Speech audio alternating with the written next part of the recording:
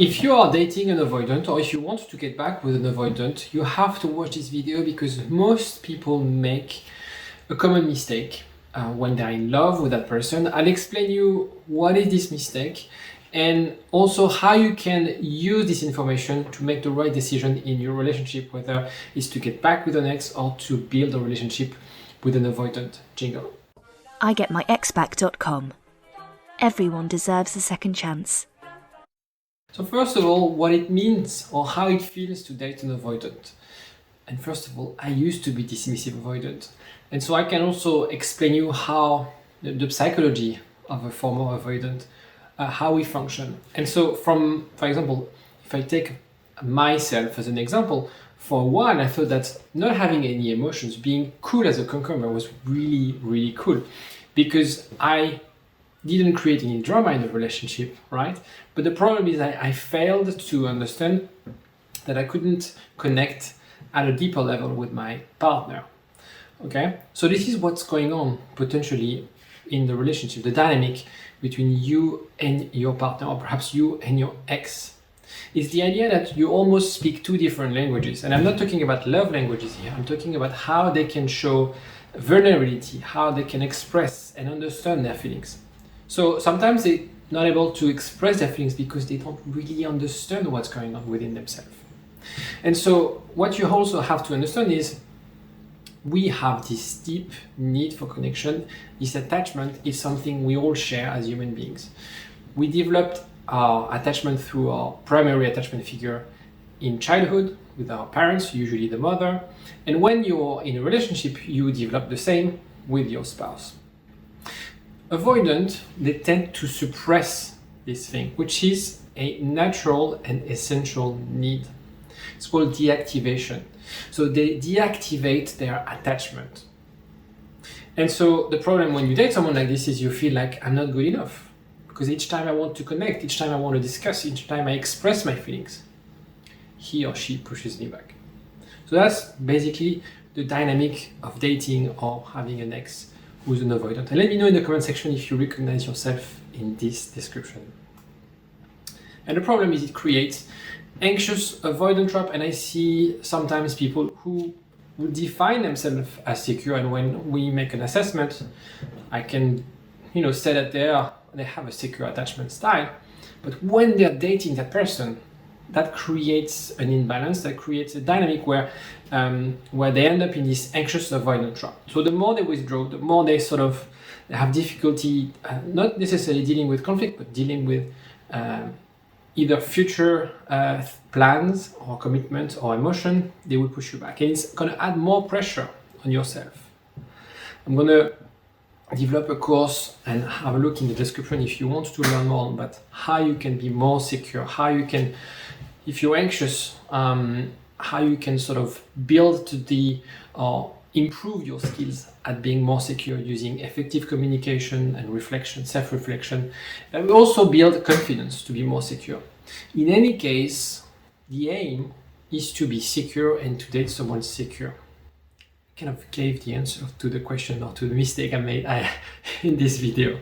So perhaps the reason you guys broke up is this imbalance, this pull-push dynamic, which is not really healthy. And at some stage, when you are in a push-pull situation, there's a time when things break up. And this is probably why you guys broke up. So this is the mistake. This is what I hear every single day. And I've used the example of a woman dating a guy or who dated a guy, but who would say, he's not investing in the relationship, but he's texted me at least. He's not saying I love you. When I express my feeling, he's not really responding. But he's very busy. He's very stressed at work. I know, he has other things in his life. There's so many things going on in his life. He's had a bad year. It's very difficult for him. I know it's hard. But he showed me in the past that he could be a good partner. We had something special. I know it can be different. And so it's the idea of this fantasy, in a way. That's why I picked up a fairy tale castle in the background, where we fall in love. Sometimes it's women, sometimes it's men, depending, with the potential. Where we idealize what we had because of the few intense emotions that we had, that we felt with that person. The problem with the relationship, it needs to be crash tested over a long period of time.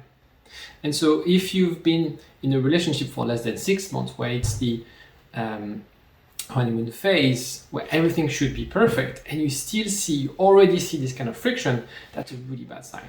Now, of course, you can date avoidant more than 6 weeks, and I have 6 months, and I have clients who've been with avoidant for more than 10 years. But it's true that sometimes we end up in this anxious avoidant trap. So be mindful about this yes, but syndrome. Being avoidant is not an excuse. If you're in your late 30s, and if your ex is in his or her late 30s, and he or she hasn't figured out what commitment is, then they're not ready to be in a relationship. It's as simple as that. When you're in your 20s, you want to figure out things, you want to experience things, and I think it's kind of expected, or it's okay. I can understand that you don't necessarily want to commit to a long relationship. When you're in your 30s, you have a stable career or work, your parents are older, you see your friends getting married, having kids. There's normal to ask yourself questions about what it means to be committed. That's what happened with me when I turned 30. I started to realize that, what do I really want in life? How can I make it work? And of course, you might be thinking, my partner can change. I know he can. Well, you think you know he can, or she can. But the problem is you don't want to wait for him or her to be ready. You can give it a try, and that's what I do with my clients. And very often it works. When you use the right communication, when you learn to be more secure, to manage your emotions, to express your feelings in a different way. When you change the dynamic, when your ex realizes that actually being with you is not going against his freedom, and you can have sort of new terms in the relationship, it can work. However, sometimes it doesn't. And it's not because of you. It's because of their attachment. It's because of the way they see a relationship. And in a way, there's a massive clash in how you see relationship and how they see relationship. You could say it's a different type of commitment, but you could say you can't be in a relationship or think about being married or with someone who, for example, doesn't want to have kids while you want to have kids. You can't find in between. There's no in-between solution. And it's the same way to some extent with avoidant, because avoidant, they fear commitment. And if you want to be in a committed relationship and have this deep fear of commitment, then it's not going to work out for you. So at some stage, you have to let go. And as I said before, use effective communication to really engage with that person, with your ex.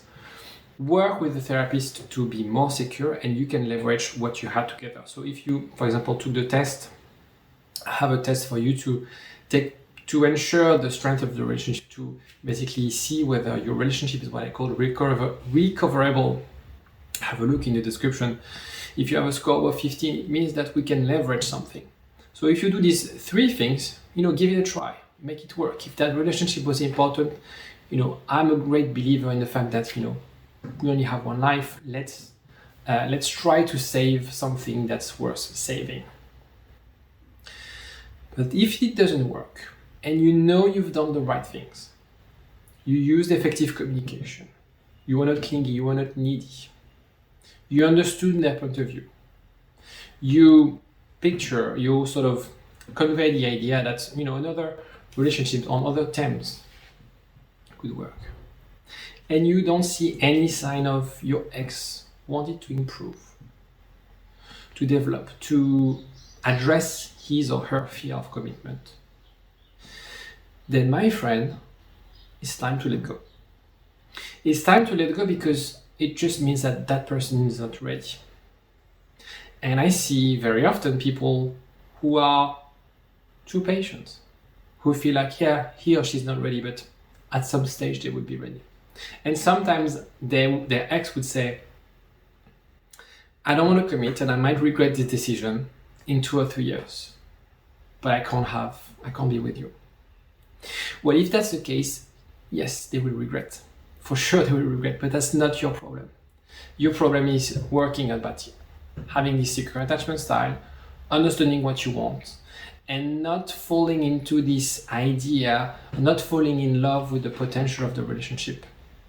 Being realistic. And I know after a breakup, it's really hard because we feel like we've lost so much. We have this deep emotional sort of, it's very hard for you to manage this. Sometimes we go through depression, sometimes we can't sleep, we can't eat. It's really difficult to manage because from one day to another, the whole world is shattered. But at the end of the day, I want to challenge you, and whether it's with me or with your best friend, with another therapist, really ask yourself big questions. It's not about the relationships, it's about what you want in life. And if that person doesn't want or is not able to meet your expectations, that's not the right partner for you. And it's time to let go. Any other questions, any other comments, don't hesitate to let me know on the comment section. Don't hesitate also to like the video, it does help me a lot for referencing. Take care of yourself. For a long time, get up, nah, I ain't a quitter. Toss me the ball, I'm a really big hitter. Big picture, I'm a straight killer.